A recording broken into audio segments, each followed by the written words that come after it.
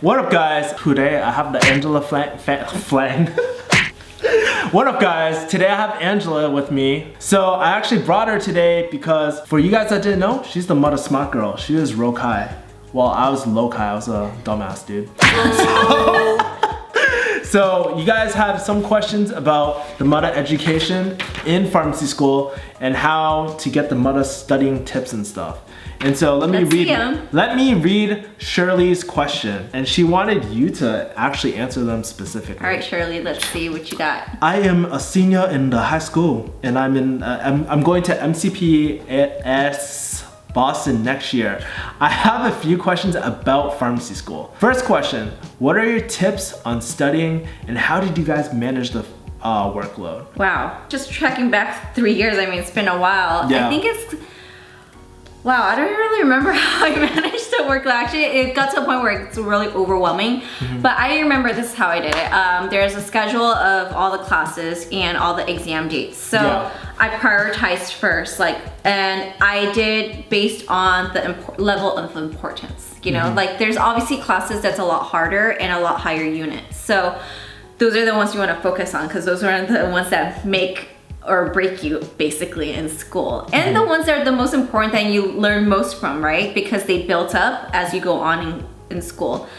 There's also classes that it's just like blah, like volunteering stuff. I mean it's good, guys, but I mean at the same time it's like one unit and then you're just writing, you know, like a little summary thing, like that stuff you just leave last. So you have to really prioritize. That's where we met, man.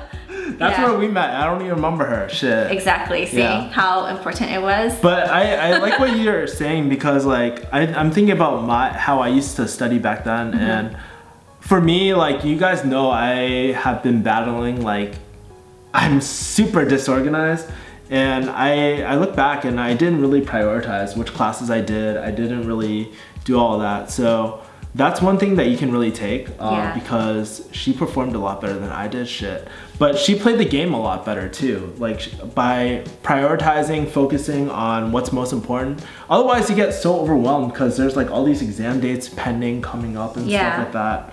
So, and I think the most important part also is for those classes, I know it's hard to not procrastinate, but even just giving yourself like maybe 2 or 3 days in advance to just kind of reviewing the notes, or at least what you do is after you finish a class, you can go home and kind of just like look at the notes really quick and just kind of scan through, and things that you didn't get, just kind of go over it and just read up on it.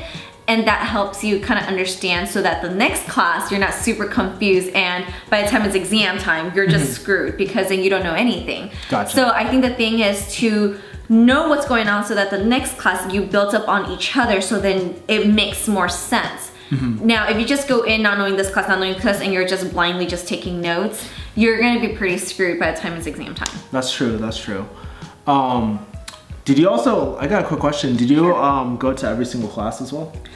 I did almost every single class, but maybe towards the end I got a little bit lazy, but I would have to say I went to like maybe 95% of the classes. Lectures. So don't sleep during class, guys. Yeah. So the next question Shirley asked, how did you guys memorize all the information, tips? I think you touched on a bit, like reviewing it straight after class. Did you have any other like tips or anything like that? Obviously besides like the highlighting important stuff, I think the thing that really helped me, and obviously everyone learns in different ways, you kind of have to picture, or I mean, get an idea of what makes you learn certain things. So is it visual, is it auditory, is it verbal, or whatever it may be. For me, it was really visual. So I had to really see pictures, I had to highlight things, and I kind of have a semi-photographic memory. So I can zone into like my notes, and sometimes like in an exam it kind of reoccurs to me like what I highlighted and what it says, so it helps me a lot too. So I know that's how I remember things. So it can be auditory, so maybe you want to listen to a lecture again, so replay the lecture again in your head, so I think those are the things that you kind of have to know what helps you and go from there. Next question is there any advice that you wish someone told you when you first started pharmacy school? That you're not gonna have a social life? That you're not I'm just kidding.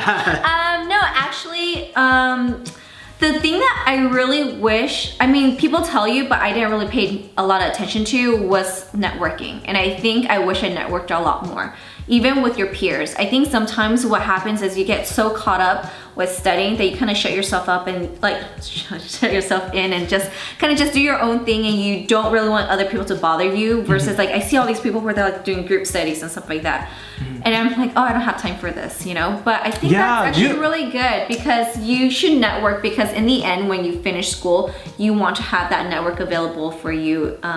You know, like if you need to find a job or just like talk to in terms of, you know, questions you may have. Like let's say you're gonna become a pharmacy manager. You wanna kind of touch up on certain things. You have like all these references and people you can like talk to. Yeah, I was actually thinking about like you in pharmacy school and stuff, and you didn't really hang out with us until like our last year and stuff like that. Yeah, I think it was kind of tough because for me, I'm more of an individual learner where I kind of need everything quiet and I can have to like see everything and learn everything by myself. It's hard for me when it's like a group and everyone's like trying to discuss things, because I need to kind of know what's going on first before I can help somebody else or know what other people are asking me or talking to me about. Gotcha. So I think that's why I kind of try to just do my own thing. But I think what I'm trying to say is there should have been more bonding time, I guess. Yeah, and also with your teachers. I think there's a lot of preceptors that are very helpful. Yeah, and if you can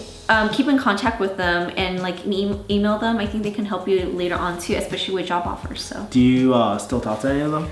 No, unfortunately. I think that's why I'm saying that now. Next question is, how did you deal with your stress? Sleep and drink. And a little bit of Xannies too, huh? No, never. Why the fuck you lying? Why you always lying? No, it's mostly just sleeping. I think that's really therapeutic, especially in pharmacy school. When you're really lacking sleep, all you want to do is just sleep. And for me, just travel a little bit. I think after like exams and you have like 2 or 3 days off, I like to go to Boston, check it out, eat like a new restaurant, try something different. I think that really helped me just feel like, you know, feel like you're a little bit relaxed and you can kind of recover and do it all over again. So the last question is, because you guys have to study a lot during pharmacy school, did you guys have any free time to hang out with friends or relax? For sure, and I think that's what I was saying. You should definitely make more time for that. I think it's important. I think I did that a lot. Too much. I think I did that a lot, especially my first year. Every single weekend, I would just go out clubbing and stuff. It was hella fun. I met a lot of people. Honestly, I would do it all over again. It was hella fun. No regrets. No, I actually have no regrets about it, because at the end of the day, and he's still a pharmacist, so yeah, it can happen, guys. Don't stop dreaming. You know, go to those damn clubs. This low-kai Mudda student over here, actually, you know, I think at the end of the day, school is an experience, and part of school is actually having fun too and bonding with your peers. Yes. And for me, like, I always stress relationships a lot. I always stress friendships and all that.